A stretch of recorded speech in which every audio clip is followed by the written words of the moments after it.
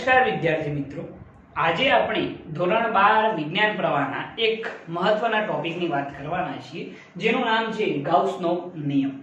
ગાઉસનો નિયમ એ ખૂબ જ ઇમ્પોર્ટન્ટ ટોપિક છે.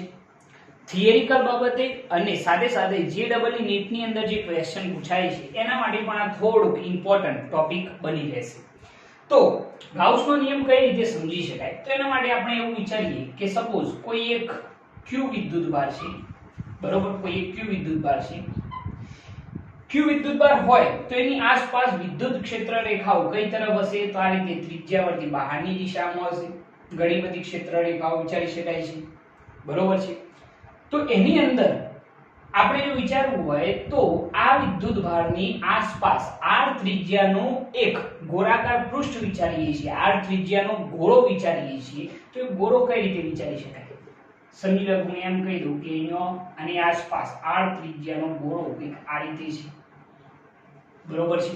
ઓકે, હવે આ જે ગોળો આપણે વિચારેલો છે, બરોબર, એની અંદરથી ઉદ્ભવતું કુલ ફ્લક્સ આપણે શોધવાનું છે. આપણને એ તો ખ્યાલ છે કે આ ધન વીજભાર છે એટલે ક્ષેત્ર રેખાઓ ત્રિજ્યાવર્તી કઈ તરફ હશે, બહારની તરફ હશે. તો આપણે આ ગોળાની ઉપર રહેલું કુલ વિદ્યુત ફ્લક્સ શોધવાનું છે. આપણે ફ્લક્સ આગળના પાર્ટની અંદર ભણી ચૂકેલા છીએ. મેં તમને ફ્લક્સ ફાઈ બરાબર શીખવાડેલું છે. E સદિશ ઇન્ટુ શું હતું, ડેલ્ટા S સદિશ. જો બંને વચ્ચે ખૂણો થીટા હોય તો આપણે શું લખતા હતા, E into delta S cos theta, બરોબર છે. જો તમે વિદ્યુત ફ્લક્સ જોયું ન હોય તો એ પાર્ટ એક વખત ફરીથી તમારે જોવાનો રહેશે, તો આની અંદર વધારે ક્લિયરલી તમને ખ્યાલ આવશે. ઓકે, હવે અહીંયા આપણે એવું વિચારેલું છે કે Q વિદ્યુતભારની આસપાસ r ત્રિજ્યાનો એક ગોળો વિચારેલો છે અને ગોળા પરનું કુલ ફ્લક્સ આપણે શોધવાનું છે. તો કઈ રીતે શોધી શકાય, તો એના માટે આપણે એવું વિચારીએ કે અહીંયા આગળ એક સૂક્ષ્મ ખંડ વિચારીએ અને સૂક્ષ્મ ખંડ દ્વારા ઉદ્ભવતું વિદ્યુત ફ્લક્સ શોધી કાઢીએ અને પછી સમગ્ર ગોળા પરનો ફ્લક્સનો શું કરી દઈએ, સરવાળો, બરોબર છે. તો અહીંયા આગળ આપણે એક નાનકડો ખંડ વિચારીએ. અહીંયા આગળ આ રીતના એક નાનકડો ખંડ વિચારીએ, બરોબર છે. એની ત્રિજ્યા તો કેટલી રહેવાની છે, તો r જ રહેવાની છે, બરોબર છે, આ રીતે. ઓકે, હવે અહીંયા આગળ જે આપણે આ ગોળો આખો વિચારેલું છે એના પર જો ક્ષેત્રફળ સદિશ દર્શાવવું હોય તો ક્ષેત્રફળ સદિશ કઈ દિશામાં આવશે, તો આ દિશામાં આવશે, ડેલ્ટા S સદિશ. સાથે સાથે વિદ્યુત ક્ષેત્રફળ કઈ દિશામાં આવશે, તો એ જ દિશામાં આવશે, કારણ કે ધન વીજભાર છે એટલે ક્ષેત્ર રેખાઓ કઈ તરફ હશે, ત્રિજ્યાવર્તી બહારની દિશામાં હશે. એટલે કહેવાનો મતલબ એમ છે કે અહીંયા આ ગોળા ઉપર આપણે જો એક નાનકડો પૃષ્ઠખંડ વિચારીએ છીએ તો એનું ક્ષેત્રફળ સદિશ અને વિદ્યુત ક્ષેત્ર બંને કેવા આવે છે, એક જ દિશામાં આવે છે, બરોબર છે. તો હું તમને એમ પૂછું કે વિદ્યુત ક્ષેત્ર અને ક્ષેત્રફળ સદિશ વચ્ચેનો ખૂણો કેટલો છે, તો તમારો જવાબ શું હશે, θ બરાબર 0 ડિગ્રી છે. કેમ, કારણ કે બંને કેવા છે, એક જ દિશામાં છે. તો આ જે ખંડ વિચારેલું છે એની સાથે સંકળાયેલું ફ્લક્સ જો કહેવું હોય તો શું થશે, તો અહીંયા આગળ આપણે લખીએ કે સૂક્ષ્મ ખંડ સાથે સંકળાયેલ વિદ્યુત ફ્લક્સ જો આપણે કહેવું હોય તો કેટલું થશે, તો એના માટે આપણે લખી શકીએ છીએ કે ડેલ્ટા ફાઈ, બરોબર છે. સૂક્ષ્મ ખંડ છે એટલા માટે ફ્લક્સ શું લખીશું, delta phi is equal to E સદિશ ઇન્ટુ શું આવશે, ડેલ્ટા S સદિશ. આ વસ્તુ આપણે ભણી ચૂકેલા છીએ. ઓકે, તો આ ખંડ સાથે સંકળાયેલું ફ્લક્સ આટલું થશે. જો આપણે સદિશ સ્વરૂપ દૂર કરીએ તો એની સાથેનો ખૂણો શું કહેવાશે, તો ડેલ્ટા ફાઈ બરાબર E ઇન્ટુ ડેલ્ટા S શું લખવામાં આવશે, cos થીટા. ઓકે, હવે જરા જોજો કે અહીંયા આગળ આ બંને વિદ્યુત ક્ષેત્ર અને ક્ષેત્રફળ સદિશ વચ્ચેનો એંગલ કેટલો છે, તો આપણને ખ્યાલ છે કે θ બરાબર કેટલા છે, 0 ડિગ્રી. θ બરાબર કેટલા છે, 0 ડિગ્રી છે. તો cos 0 ની કિંમત કેટલી થઈ જશે, 1. એટલે આ સૂક્ષ્મ ખંડ સાથે સંકળાયેલું ફ્લક્સ ડેલ્ટા ફાઈ બરાબર E ઇન્ટુ શું થઈ જશે, ડેલ્ટા S થઈ જશે, બરોબર છે. ઓકે, પરંતુ આ જે ફ્લક્સ મળ્યું છે એ આ ગોળા પરના એક જ સૂક્ષ્મ ખંડ દ્વારા ઉદ્ભવતું ફ્લક્સ છે, બરોબર, જે ડેલ્ટા ફાઈ બરાબર કેટલું મળ્યું, E ઇન્ટુ ડેલ્ટા S. પરંતુ આપણે તો સમગ્ર ગોળા પરનું વિદ્યુત ફ્લક્સ શોધવાનું છે. તો એના માટે શું કરીશું, તો આપણે આ ગોળા પરના ઘણા બધા જે ખંડો હોય એ બધાના વિદ્યુત ફ્લક્સોનો શું બતાવીશું, સરવાળો. તો એના માટે આપણે એને કંઈક આ રીતે દર્શાવી શકીએ છીએ કે સમગ્ર ગોળા પરનું ફ્લક્સ phi બરાબર શું થશે, સિગ્મા ડેલ્ટા s, એટલે કે સમગ્ર જે ગોળો છે એના પરના સૂક્ષ્મ ખંડોનો સરવાળો, સૂક્ષ્મ ખંડો પરના વિદ્યુત ફ્લક્સનો સરવાળો શું થઈ જશે, ઇન્ટુ ડેલ્ટા phi. બરોબર છે. તો કુલ ફ્લક્સ phi બરાબર sigma delta s, delta phi ની જગ્યાએ લખવું હોય શું લખાશે, e ઇન્ટુ ડેલ્ટા s થઈ જશે. શું કર્યું છે, ખ્યાલ આવે છે ને. મેં અહીંયા આગળ એક જ નાનકડા ખંડ પાસેનું ફ્લક્સ શોધી કાઢ્યું છે. ડેલ્ટા phi બરાબર શું લખ્યું, e ઇન્ટુ ડેલ્ટા s. કુલ ફ્લક્સ માટે આ જે નાના નાના ખંડો પરના જે ફ્લક્સ છે એ બધાનો શું કરી દીધો છે, સરવાળો, જેને મેં સિગ્મા વડે દર્શાવેલું છે. આ સરવાળાને તમે સંકલન સ્વરૂપે પણ દર્શાવી શકો છો, પરંતુ મેં અહીંયા સિગ્મા રૂપે દર્શાવેલું છે. ઓકે, હવે કુલ ફ્લક્સ phi બરાબર આપણને ખ્યાલ છે કે વિદ્યુત ક્ષેત્ર જે છે એની જગ્યાએ લખવું હોય તો શું લખાય, kq/r², જે મેં તમને સમજાવેલું છે. તો અહીંયા આગળ આપણે એમ કહી શકીએ કે સિગ્મા ડેલ્ટા s, e ની જગ્યાએ લખવું હોય શું લખાય, kq/r² into delta s. Okay, વિદ્યુત ક્ષેત્ર તો કેવું છે, અચળ છે, એટલે કુલ ફ્લક્સ phi બરાબર kq/r². હવે અહીંયા સરવાળામાં માત્ર શું વધશે, ડેલ્ટા s. બરોબર છે. હવે જરા વિચારીને મને કહેજો કે kq/r² તો એમના એમ રહેશે, kq/r² તો એમના એમ જ છે. પરંતુ અહીંયા આગળ જો આપણે સૂક્ષ્મ ખંડોનું ક્ષેત્રફળ કેટલું છે, ડેલ્ટા s, એવા બધા ક્ષેત્રફળોનો જો સરવાળો કરીએ તો આ ગોળાનું શું મળી જાય, ક્ષેત્રફળ મળી જાય. અને ગોળાનું ક્ષેત્રફળ કેટલું થઈ જાય, બધા ખંડોનો સરવાળો કરતો 4πr² થઈ જશે. બરોબર છે. ઓકે, આની અંદર જો આપણે કેવું હોય તો એમ કહી શકીએ k ની જગ્યાએ જો લખવું હોય તો શું લખાય, 1/4πε0, એટલે ઉપર શું વધશે, q છેદમાં શું આવશે, 4πε0 ઇન્ટુ r નો સ્ક્વેર. શું કરી ખ્યાલ આવે ને, k ની જગ્યાએ ખાલી શું લખ્યું, 1/4πε0, q અપન શું થઈ ગયું, r² ઇન્ટુ 4πr નો સ્ક્વેર.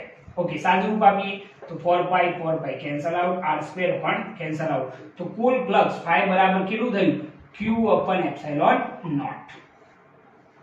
બરોબર છે. તો અહીંયા આગળ આ ગોળા પરનું કુલ ફ્લક્સ આપણને કેટલું મળે છે, q/ε0 જેટલું મળે છે. આના ઉપરથી જો આપણે લખવું હોય તો એવું લખી શકાય કે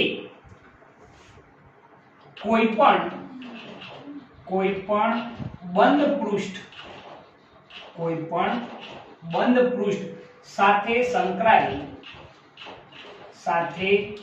સંકળાયેલ વિદ્યુત ફ્લક્સ એ પૃષ્ઠ વડે ઘેરાયેલ વિદ્યુતભાર q, પૃષ્ઠ વડે ઘેરાયેલ વિદ્યુતભાર q અને એપ્સાઇલોન નોટના ગુણોત્તર જેટલું હોય છે.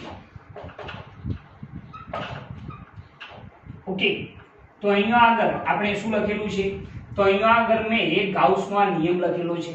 ગાઉસનો નિયમ શું કહે છે કે કોઈ પણ બંધ પૃષ્ઠ, અહીંયા આ વસ્તુ જરૂરી છે કે અહીંયા આગળ ગાઉસનો નિયમ બંધ પૃષ્ઠ માટે જ એપ્લિકેબલ છે.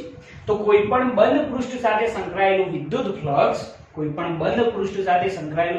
ફ્લક્સ એ પૃષ્ઠ વડે ઘેરાયેલ વિદ્યુતભાર q અને એપ્સાઇલોન નોટના ગુણોત્તર જેટલું હોય છે. તમારે વ્યાખ્યા ગોખવાની નથી, નિયમ ગોખવાનો નથી, આના ઉપરથી લખવાનું છે કે કોઈ પણ બંધ પૃષ્ઠ સાથે સંકળાયેલું વિદ્યુત ફ્લક્સ એ પૃષ્ઠ વડે ઘેરાયેલ વિદ્યુતભાર q અને એપ્સાઇલોન નોટના ગુણોત્તર જેટલું હોય છે. જો આને લખવું હોય તો આપણે કંઈક આ રીતે પણ લખી શકીએ છીએ કે કુલ ફ્લક્સ જો કહેવું હોય તો ફ્લક્સ phi બરાબર આપણે શું લખતા હતા, e સદિશ ઇન્ટુ ડેલ્ટા s સદિશ.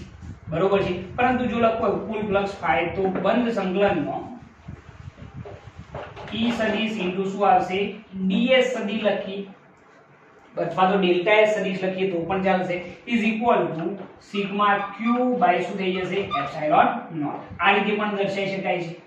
મતલબ બંનેનો એક જ છે કે ફ્લક્સ કેટલું હોય તો પૃષ્ઠ વડે ઘેરાયેલ વિદ્યુતભાર સિગ્મા q બરોબર છે, અપન એપ્સિલોન નોટ ના ગુણોત્તર જેટલું.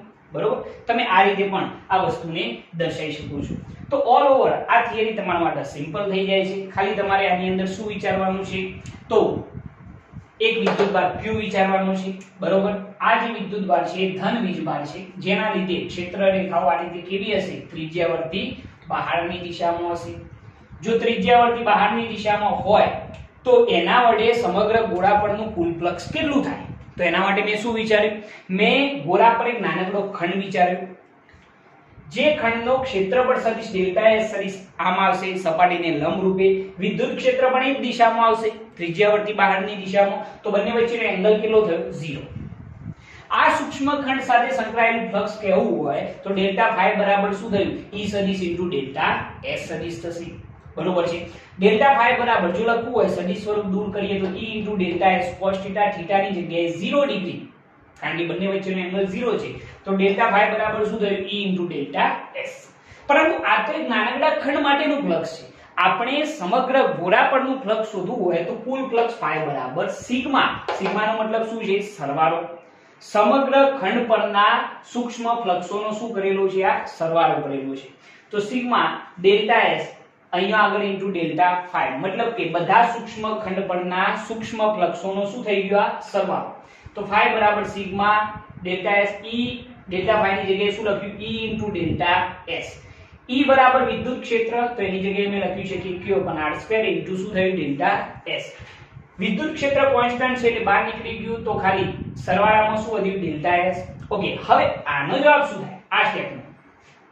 તો એનો જવાબ આપણને ખબર પડવી જોઈએ કે ગોળા પરના બધા સૂક્ષ્મ ખંડોનો સરવાળો કરીએ તો ગોળાનું શું મળી જાય, ક્ષેત્રફળ મળી જાય, જેની જગ્યાએ મેં શું લખ્યું છે, 4πr નો સ્ક્વેર.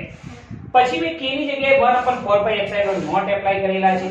સાદરૂપ આપતો 4π કેન્સલ થઈ જાય, r સ્ક્વેર પણ કેન્સલ થઈ જાય, તો કુલ ફ્લક્સ ફાઈ બરાબર શું થયું, q upon એપ્સિલોન નોટ. આના ઉપરથી મેં નિયમ લખેલો છે કે કોઈ પણ બંધ પૃષ્ઠ સાથે સંકળાયેલું વિદ્યુત ફ્લક્સ એ પૃષ્ઠ વડે ઘેરાયેલ વિદ્યુતભાર q અને એપ્સિલોન નોટ ના ગુણોત્તર જેટલું હોય છે, જેને આ રૂપે પણ દર્શાવી શકાય છે.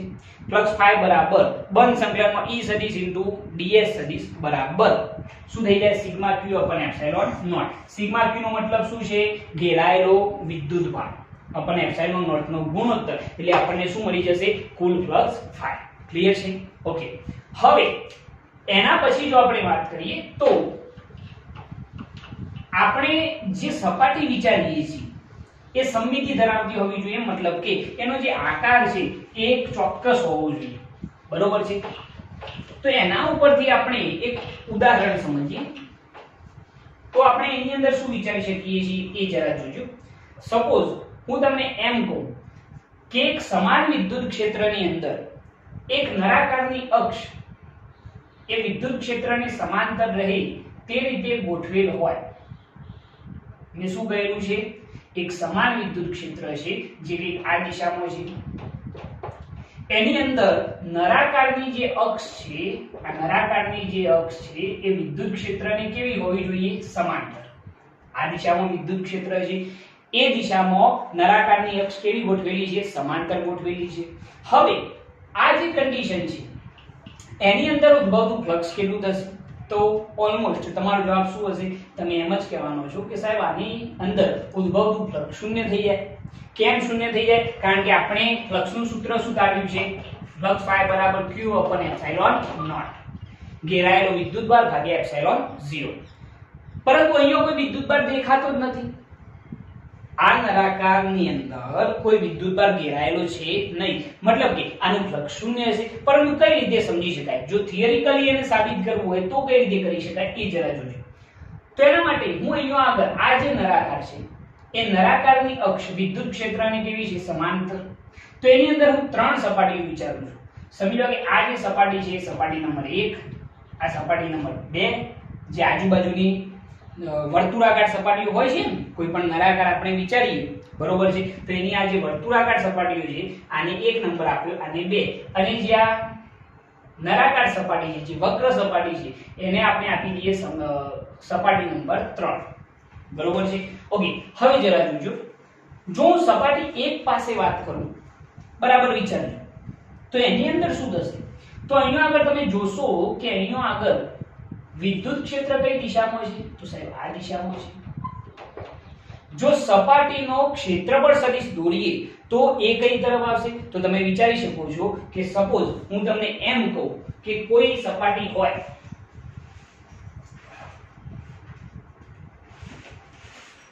સપોઝ આપણે આ રીતની કોઈ સપાટી વિચારીએ છીએ, બરોબર છે? આ એક નળાકાર છે. તો આ જે નળાકાર છે એની અંદર જો આપણે એમ કહીએ કે ત્રણ સપાટીઓ છે, 1 2 અને ત્રીજી આ વક્ર સપાટી છે. હવે આની અંદર જો હું તમને કહું તો અહીંયા આગળ વિદ્યુત ક્ષેત્ર આમ છે, જે અહીંયા આગળ મેં બતાવેલું છે, તમે જોવો છો, બરોબર? હવે આ સપાટીને લંબ ક્ષેત્રફળ સદિશ વિચારીએ કઈ કઈ દિશામાં આવશે? આમ આવશે, કારણ કે સપાટી આવી છે, સપાટીને લંબ વિચારો કઈ દિશામાં આવે? આ દિશામાં, બરોબર છે? તો એ કન્ડિશનમાં વિચારીએ છીએ તો વિદ્યુત ક્ષેત્ર આમ છે, ક્ષેત્રફળ સદિશ કઈ આ દિશામાં આવશે. સપાટી નંબર 1 નો ક્ષેત્રફળ સદિશ છે, એટલા માટે એને આપણે શું કહી દઈએ? S1 સદિશ, બરોબર છે? ઓકે. હવે જરા જોજો કે જો હું સપાટી 1 માટે વાત કરું, સપાટી 1 માટે, તો સપાટી 1 માટે ઉદ્ભવતું ફ્લક્સ જો કેવું હોય તો એ ફ્લક્સને આપણે કહી દઈએ ∅1. તો ∅1 બરાબર E સદિશ ઇન્ટુ શું આવશે? S1 સદિશ, બરોબર? તો ફ્લક્સ ∅1 બરાબર જો સદિશ સ્વરૂપ દૂર કરીએ તો શું થઈ જાય? E S1 cos θ, બરોબર છે? મેં અહીંયા આગળ શું કહેલું છે કે સપાટી નંબર 1 વિચારેલી છે, એની અંદર વિદ્યુત ક્ષેત્ર આમ છે, ક્ષેત્રફળ સદિશ આમ છે, તો એના દ્વારા ઉદ્ભવતું ફ્લક્સ ∅1 બરાબર E સદિશ ઇન્ટુ શું થયું? S1 સદિશ. જો બંને વચ્ચેનો એંગલ થીટા હોય તો આપણે શું લખીએ? ∅1 બરાબર E S1 cos θ. હવે થીટા બરાબર કેટલો થશે ખૂણો? ધ્યાનથી જો, આમની વચ્ચેનો એંગલ કેટલો થાય છે? તો થીટા બરાબર આપણને કેટલો દેખાય છે? 180 ડિગ્રી. તો અહીંયા આગળ જો આપણે કિંમત એપ્લાય કરીએ તો ફ્લક્સ ∅1 બરાબર E S1 cos 180 degree. cos 180 ની કિંમત કેટલી થાય? -1. તેથી ફ્લક્સ ∅1 બરાબર આપણને જવાબ મળશે E S1, પરંતુ કેવા? માઈનસ. તો પ્રથમ સપાટી દ્વારા ઉદ્ભવતું ફ્લક્સ ∅1 બરાબર શું થયું? -E S1 થાય છે. ઓકે. સેમ એ રીતે જો હું સપાટી નંબર 2 માટે વાત કરું, સપાટી 2 માટે તો શું થાય? જરા વિચારજો. વિદ્યુત ક્ષેત્ર કઈ દિશામાં? આમ છે, બરોબર છે? આ ક્ષેત્રફળ સદિશ કઈ દિશામાં આવશે? તો એ આ દિશામાં આવશે, કારણ કે આ બાજુની સપાટી આવશે ને, તો ક્ષેત્રફળ સદિશ કઈ દિશામાં આવશે? આમ આવશે. તો આ બંને વચ્ચેનો એંગલ કેટલો થયો? તમે ઈઝીલી કહી દેશો કે એંગલ જે છે એ થીટા બરાબર કેટલો થાય છે? 0 થાય છે, બરોબર? તો બીજી સપાટી માટે ઉદ્ભવતું ફ્લક્સ ∅2 બરાબર જો કેવું હોય તો E સદિશ ઇન્ટુ શું આવશે? S2 સદિશ. તો ફ્લક્સ ∅2 બરાબર E S2 cos θ, બરોબર છે? અને થીટાની જગ્યાએ કેટલા ડિગ્રી લખીશું? 0 ડિગ્રી. cos 0 ની કિંમત કેટલી થાય? 1. તો ફ્લક્સ ∅2 બરાબર કેટલું થઈ ગયું? E S2, બરોબર છે? ખાલી આપણે એંગલ એપ્લાય કરવાનું છે એટલે તમને આ સપાટી દ્વારા ઉદ્ભવતું ફ્લક્સ મળી જશે. સેમ એ રીતે જો આપણે એમ કહીએ કે સપાટી નંબર 3 જે છે એ સપાટી 3 માટે જો આપણે વાત કરીએ, આ જે સપાટી છે જે વક્ર સપાટી છે, જે આપણે હાલ વાત કરી કે 3 સપાટીઓ અહીંયા આગળ આપણે વિચારેલી છે કે આ જે નળાકાર છે એની અંદર આ પ્રથમ સપાટી છે, આ બીજી સપાટી છે અને ત્રીજી સપાટી કઈ આવશે? જે આ વક્ર સપાટી છે, બરોબર? હવે આ જે વક્ર સપાટી છે એના માટે જો આપણે વિચારીએ તો શું થાય? તો એના માટે વિદ્યુત ક્ષેત્ર તો આમ જ છે, બરોબર છે? આ સપાટીનો ક્ષેત્રફળ સદિશ કઈ દિશામાં આવશે? તો સપાટીને લંબ રૂપે કઈ તરફ આવશે? ઉપર તરફ આવશે. એટલે ક્ષેત્રફળ સદિશ S3 સદિશ આમ થઈ જાય, બરોબર છે? તો એમની વચ્ચેનો એંગલ કેટલો થઈ જાય? 90 ડિગ્રી થઈ જશે. તો એના માટે જો આપણે ફ્લક્સ શોધીએ તો ફ્લક્સ ∅3 બરાબર E S3 cos θ, બરોબર છે? ઓકે. તો ફ્લક્સ ∅3 બરાબર E S3 cos કેટલા આવશે? 90 ડિગ્રી, બરોબર? તો cos 90 ની કિંમત કેટલી થાય? 0. તો ઉદ્ભવતું ફ્લક્સ કેટલું થઈ ગયું? 0 થઈ જાય છે. તો આ નળાકારની અંદર આપણે 3 સપાટીઓ વિચારેલી છે. સપાટી 1, એના દ્વારા ઉદ્ભવતું ફ્લક્સ કેટલું આવ્યું -E * S1 સપાટી નંબર 2 એના દ્વારા ઉદ્ભવતું ફ્લક્સ કેટલું આવ્યું E * S2 અને સપાટી નંબર 3 જે છે એના દ્વારા ઉદ્ભવતું ફ્લક્સ કેટલું આવ્યું 0 તો આ નળાકાર દ્વારા ઉદ્ભવતું કુલ ફ્લક્સ જો કેવું હોય phi તો phi બરાબર શું થઈ જાય phi1 + phi2 + શું થઈ જાય phi3 તો કુલ ફ્લક્સ phi બરાબર ચલો phi1 ની જગ્યાએ શું લખાય -E * S1 પ્લસ phi2 ની જગ્યાએ શું લખાશે E * S2 પ્લસ phi3 ની જગ્યાએ કેટલું આવશે 0 હવે જરા વિચારજો કે અહીંયા આગળ જે ક્ષેત્રફળ સદિશ આપણે વિચારેલા છે S1 અને S2 આ નળાકાર છે એટલે સ્વાભાવિક વસ્તુ છે કે બંનેના ક્ષેત્રફળ સદિશ કેવા હશે સમાન હશે એટલે કે S1 અને S2 બંને કેવા થઈ જાય સમાન થઈ જાય જો એ સમાન હોય તો એ કન્ડિશન ની અંદર આ બંને મૂલ્યો શું થઈ જવાના છે દૂર થઈ જવાના છે બરોબર છે કારણ કે બંને સમાન મૂલ્યના અને પરસ્પર કેવા થઈ ગયા વિરુદ્ધ દિશામાં તો ઉદ્ભવતું કુલ ફ્લક્સ કેટલું થઈ જાય શૂન્ય થઈ જશે ઉદ્ભવતું કુલ ફ્લક્સ કેટલું થઈ જાય શૂન્ય ફ્લક્સ શૂન્ય છે એનો મતલબ શું છે કે ઘેરાયેલો વિદ્યુત ભાર કેટલો હશે શૂન્ય હશે આ વસ્તુ આપણે ગાઉસના નિયમ પરથી પણ સાબિત કરી શકીએ કે ગાઉસના નિયમ પરથી જો લખવું હોય તો ફ્લક્સ phi બરાબર શું હતું સિગ્મા q બાય શું હતું એપ્સિલોન નોટ ચલો ફ્લક્સ કેટલું આવ્યું શૂન્ય તો is equal to sigma q by epsilon naught તો ઘેરાયેલો વિદ્યુત ભાર સિગ્મા q બરાબર કેટલો થઈ જાય એપ્સિલોન નોટ ગુણ્યા 0 એટલે કેટલો થઈ જાય શૂન્ય આનો મતલબ શું થયો કે અહીં પૃષ્ઠ દ્વારા ઘેરાયેલો વિદ્યુત ભાર કેટલો છે સિગ્મા q બરાબર 0 છે બરોબર છે કે અહીંયા આગળ જે આ નળાકાર સપાટી છે એના વડે કોઈ વિદ્યુતભાર ઘેરાતો નથી એ વિદ્યુતભાર કેટલો આવે છે તો 0 આવે છે ખ્યાલ આવે છે ને આની અંદર ઓકે તો આ રીતે તમે આ થિયરી સોલ્વ કરી શકો છો ઓકે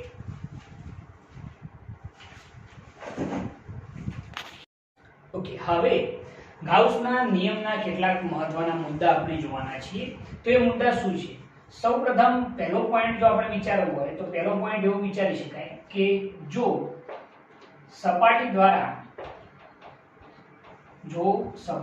અથવા તો બંધ સપાટી દ્વારા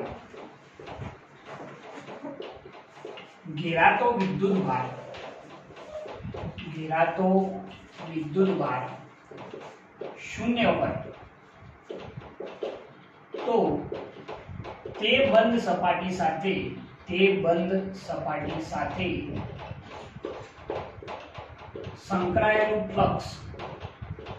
સંકળાયેલ ફ્લક્સ શૂન્ય થાય છે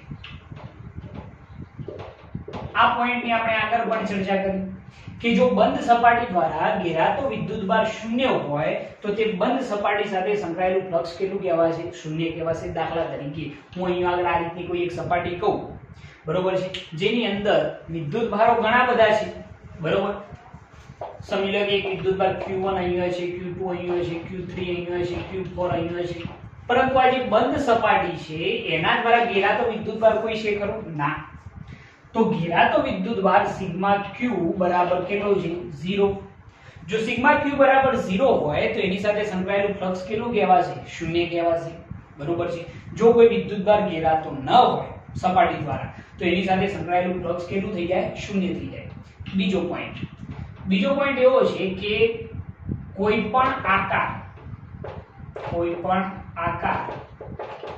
કે પરિમાણ માટે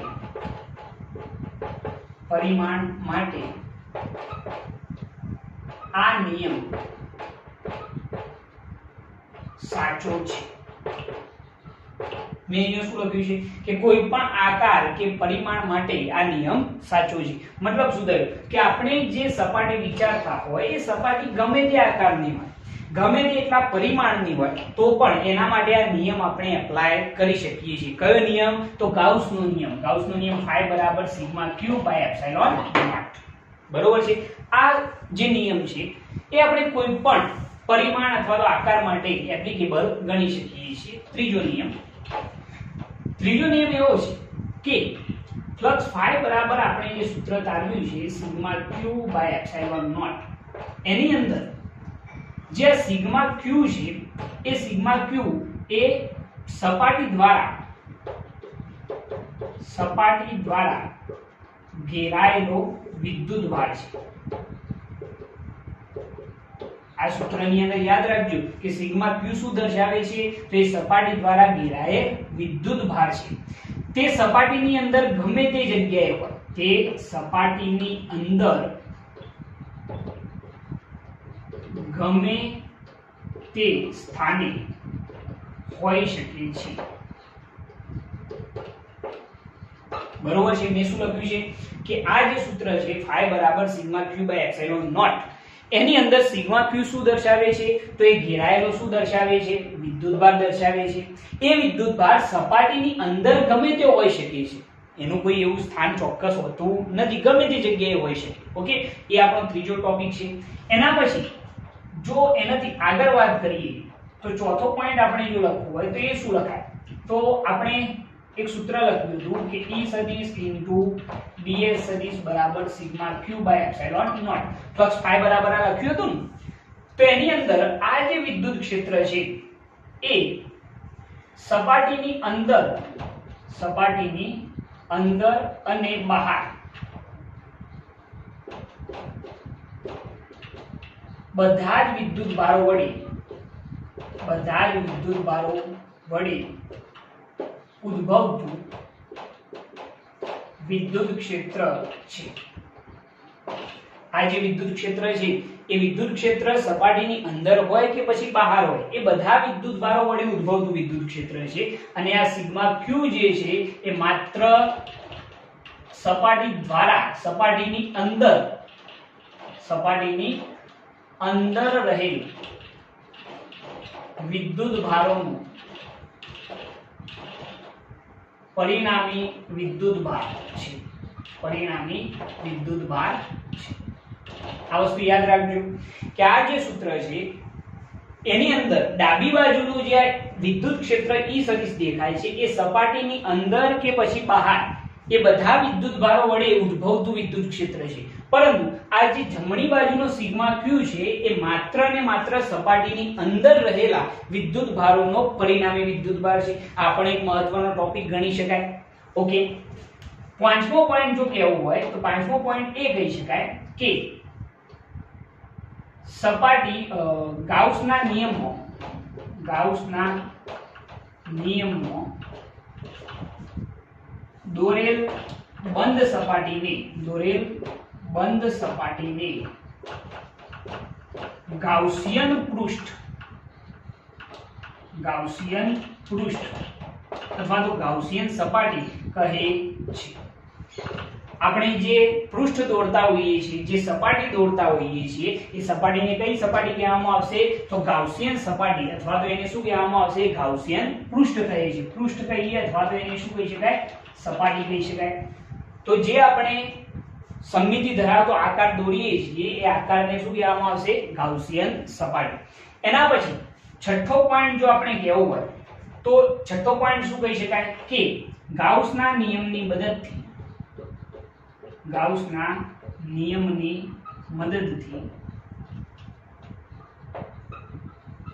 સમમિતિ ધરાવતા કોઈ પણ તંત્ર દ્વારા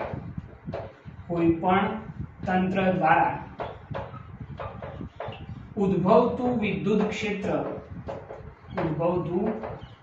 ક્ષેત્ર સરળતાથી શોધી શકાય છે. મેં શું લખ્યું છે અહીંયા આગળ કે ગાઉસના નિયમની મદદથી સમમિતિ ધરાવતા કોઈ પણ તંત્ર દ્વારા ઉદ્ભવતું વિદ્યુત ક્ષેત્ર સરળતાથી આપણને મળી જાય છે. એટલા માટે તો આ નિયમ આટલો ઇમ્પોર્ટન્ટ છે કે તમે આ નિયમની મદદથી સરળતાથી વિદ્યુત ક્ષેત્ર શોધી શકો છો. બરોબર છે? એના પછી સાતમો પોઈન્ટ કે ગાઉસનો નિયમ